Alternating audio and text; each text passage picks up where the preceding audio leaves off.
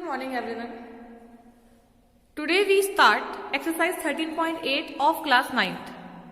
13.8 exercise हमारी इस chapter की लास्ट एक्सरसाइज है एंड इसमें हम लोग दो फॉर्मूले यूज करेंगे, that is sphere and hemisphere. और दो फॉर्मूले हैं। ये स्फीयर क्या है, मतलब ये फॉर्मूला किसका है, वॉल्यूम ऑफ स्फीयर, एंड ये फॉर्मूला किसका है, वॉल्यूम ऑफ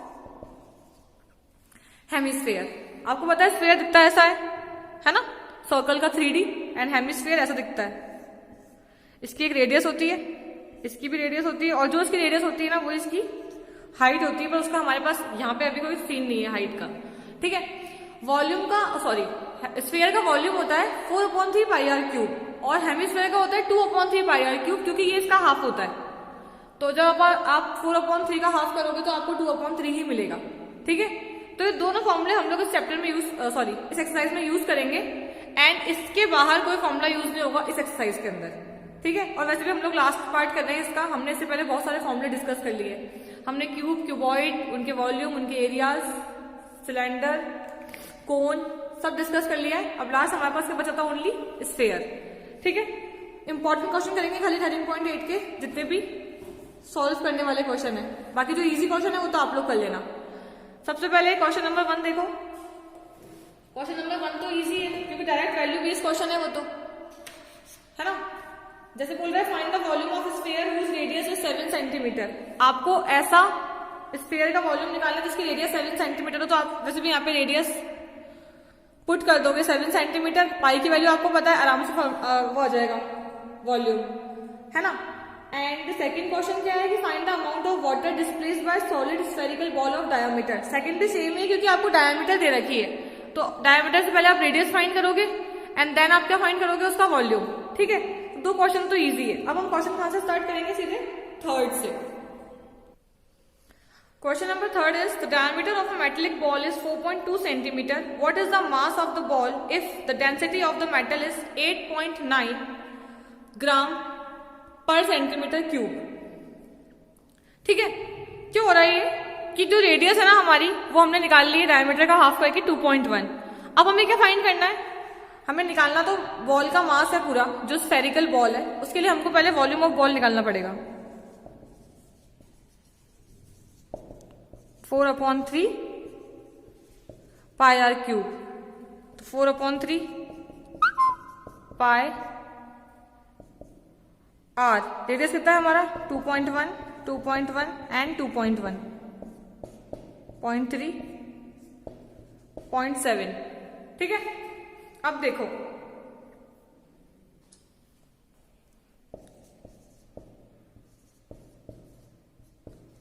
हमारे पास आंसर आया 38.808 सेंटीमीटर क्यूब। अब हमें डेंसिटी निकालनी है ना उसकी मेटलिक बॉल की, कितनी है, 8.9 ग्राम पर सेंटीमीटर क्यूब।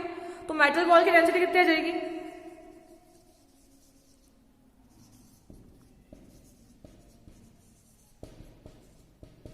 इसको 8.9 से मल्टीप्लाई कर दो तो अप्रोक्स आएगी हमारी, क्योंकि इतनी बड़े वैल्यू सॉल्व वैसे भी नहीं होती पॉइंट वाली। हमारा आंसर आएगा 345.9, मतलब 39 ग्राम अप्रोक्स। ठीक है, फोर्थ क्वेश्चन, जो हमारा क्वेश्चन नंबर 4 था ना, वैसा हमारे पास 13.4 में भी क्वेश्चन था। देखो, the diameter of moon is approximately 1/4 of the diameter of अर्थ, है ना, कि जो डायमीटर है ना मून की वो हमारी अर्थ की 1/4 है। आपको निकालना है कि what fraction of the volume. वहां पे उसने एरिया के उस हिसाब से पूछा था, यहाँ पे वॉल्यूम के हिसाब से पूछ रहा है फ्रैक्शन, कि what fraction of the volume of the earth is the volume of the moon, है ना। हमें दोनों का रेशियो निकालना है। मैंने क्या किया है, मैंने पहले माना है, कुछ भी नहीं दे रखा वैसे भी हमें, let diameter of earth be 2r, है ना। क्यों, क्योंकि जब रेडियस निकलेगी ना तो खाली r बचेगा हमारे पास। अब डायमीटर अर्थ की तो हमने मान ली, अब डायमीटर मून की हमें किसके अकॉर्डिंग माननी पड़ेगी, अकॉर्डिंग टू क्वेश्चन, क्योंकि उसने बोला है जो मून है ना वो अर्थ का 1/4 है, तो ऑब्वियसली बात है जो डायमीटर होगी उसकी वही 1/4 ही होगी। तो इसकी डायमीटर की 1/4, तो 2r/4 आफ्टर सॉल्विंग r/2। अगर डायमीटर ऑफ मून r/2 है तो रेडियस ऑफ मून कितना हो जाएगा, उसका भी आधा, r/4। अब करना क्या है, आपको कुछ नहीं करना, सिर्फ आपको दोनों के वॉल्यूम लिखना है। ठीक है, volume of earth upon volume of moon.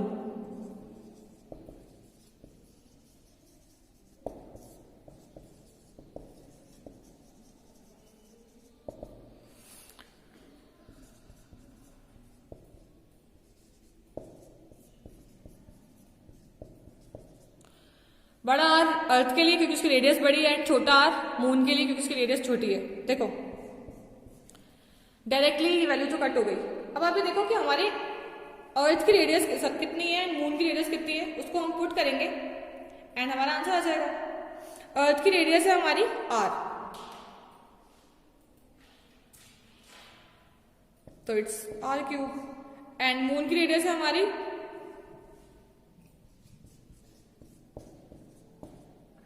r/4 का cube.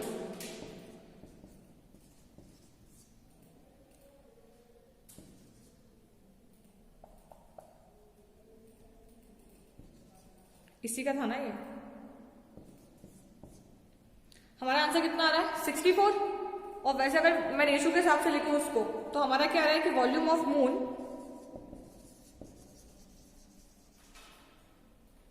Is 1/64 of volume of earth. ठीक है, वैसे तो ये 1/4 था डायमीटर में, लेकिन जब हमने वॉल्यूम के हिसाब से निकाला तो वो उसका 1/64 हो गया after solving the whole question. ठीक है, now next question. Question number 6 is a hemispherical tank is made up of an iron sheet 1 centimeter thick. If the inner radius is 1 meter and find the volume of the iron used to make the tank.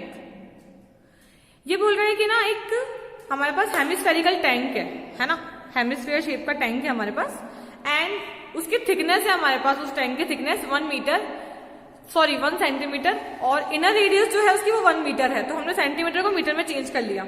ठीक है, and दूसरी बात आपको पता होगा कि total radius निकालने के लिए आपको थिकनेस भी ऐड करनी पड़ती है। देखो मान लो ऐसा कुछ शेप है हमारे पास, ये हमारी रेडियस है और इतनी थिकनेस है, तो अगर आप पूरा निकाल रहे हो ना इसका बाहर से, तो आपको पूरा ये ऐड करना पड़ेगा रेडियस के अंदर थिकनेस को। तो हमारी एक्सटर्नल रेडियस कितनी आ जाएगी, उसकी इनर रेडियस तो है हमारे पास, एक्सटर्नल रेडियस कितनी आ जाएगी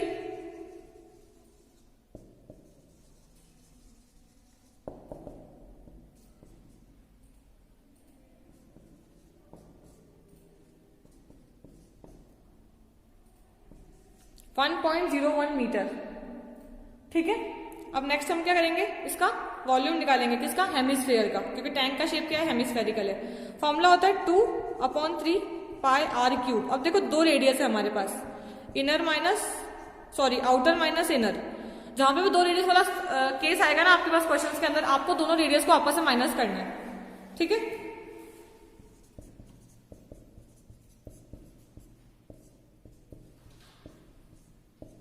आप चाहो तो उसमें a क्यूब माइनस बी क्यूब का फॉर्मूला लगा सकते हो, लेकिन वो बहुत बड़ा बन जाएगा, तो क्योंकि सिंपल वैल्यूज है ना, तो हम लोग क्यूब भी सॉल्व कर लेंगे, क्योंकि एक तो हमारे पास 1 ही है ना। तो हमारा आंसर कितना आएगा,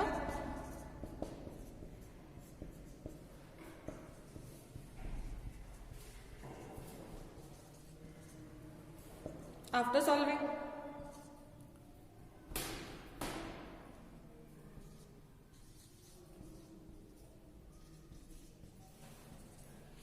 वरना हमने a क्यूब माइनस बी क्यूब का फॉर्मूला पढ़ा है 9th क्लास के अंदर। ये होता है a minus B A square plus A B plus B square. ठीक है, तो हम ये भी कर सकते थे, पर हमने ये चूज किया क्योंकि हमारे पास वैल्यू छोटी है, 1 और 1.01 ही है, अप्रॉक्स में जाएगा इसका आंसर।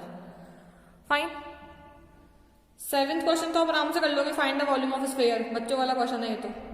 8th क्वेश्चन, डोम का शेप होता है हेमिस्फीयर, ऐसा होता है, इसको उल्टा कर दो, ऐसा डोम होता है ना। टोटल कॉस्ट, ठीक है। 8th क्वेश्चन देखो एक बार, a dome of a building is in the form of a hemisphere. एक बिल्डिंग का डोम हेमिस्फीयर की फॉर्म में है। From inside it was white washed at the cost of ₹498.96। If the cost of white washing is ₹2 per meter square, find the inside area of the dome and volume of the air inside the dome। हमको area नहीं दे रखा है, लेकिन हमसे third वाले मतलब second वाले part में वॉल्यूम पूछा है उसका, एंड फर्स्ट वाले में पूछा है inner surface area of dome, है ना।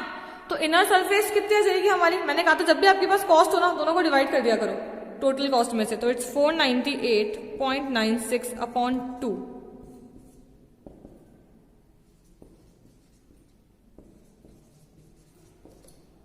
$294.48 मीटर स्क्वायर, तो आ गया एरिया। अब सेकेंड हमारे पास रेडियस नहीं है इसकी, है ना, तो let radius B are.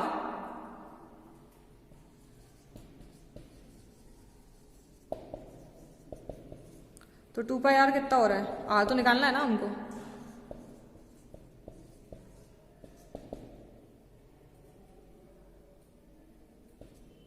Hemisphere का एरिया है, सॉरी, तो इट्स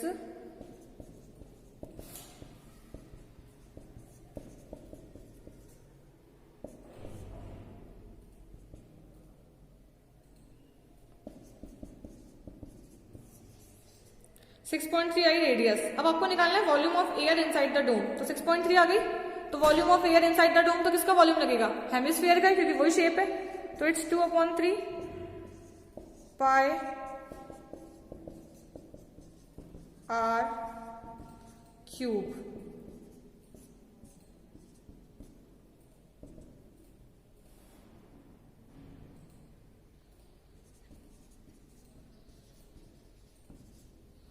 (523.9 मीटर क्यूब), ये हमारा फाइनल आंसर आया।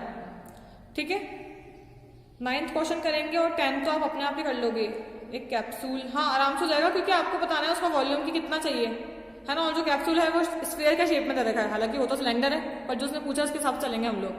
9th क्वेश्चन लास्ट करते हैं हम लोग इसका, उसके बाद हमारा 13 चैप्टर पूरा कंप्लीट हो जाएगा। ठीक है, तो आप लोग इसके फॉर्मूले याद करेंगे पहले तो, फिर उसकी प्रैक्टिस करेंगे। 27 solid iron spheres, each of radius r and surface area s, are melted to form a sphere with surface area s dash.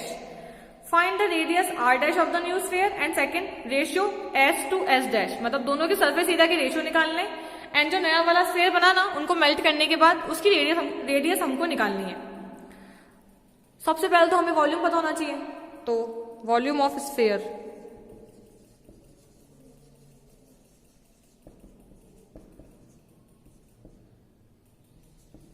Pi r cube, तो 4/3 पाई को पाई रहने देंगे। रेडियस है हमारे पास आर, तो पाई आर क्यूब ही रहेगा ये तो।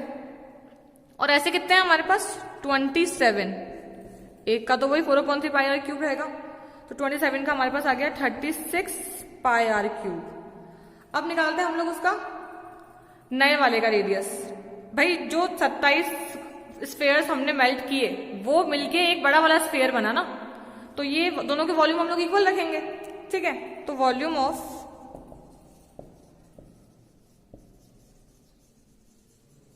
न्यू स्फीयर इक्वल्स टू, भाई आर डैश क्यूब, हमको आर निकालना है, दोनों को इक्वल रखो।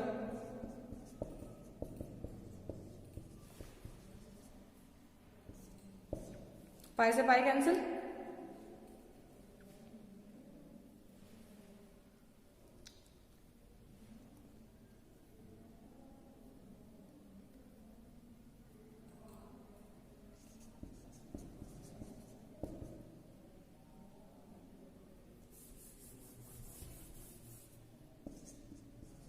ये यहाँ जाएगा, रिवर्स हो जाएगी value after solving 27 r cube. तो आर डैश कितना आ रहा है, इसका क्यूब रूट कितना होता है, 27 का 3 और आर का आर, नहीं आर आ रही है हमारे पास 3r। ठीक है, अब वॉल्यूम देखो इसका, मतलब सरफेस एरिया का। सरफेस एरिया का वॉल्यूम देखना है ना हमको, तो कैसे निकालेंगे हम लोग, S/S dash.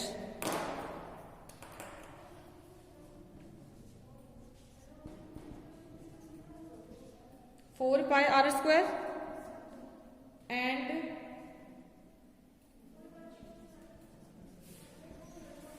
4 pi r dash square. अब रेडियस रख लो नई वाली, 36 पाई आर स्क्वायर, दोनों को अपॉन करो।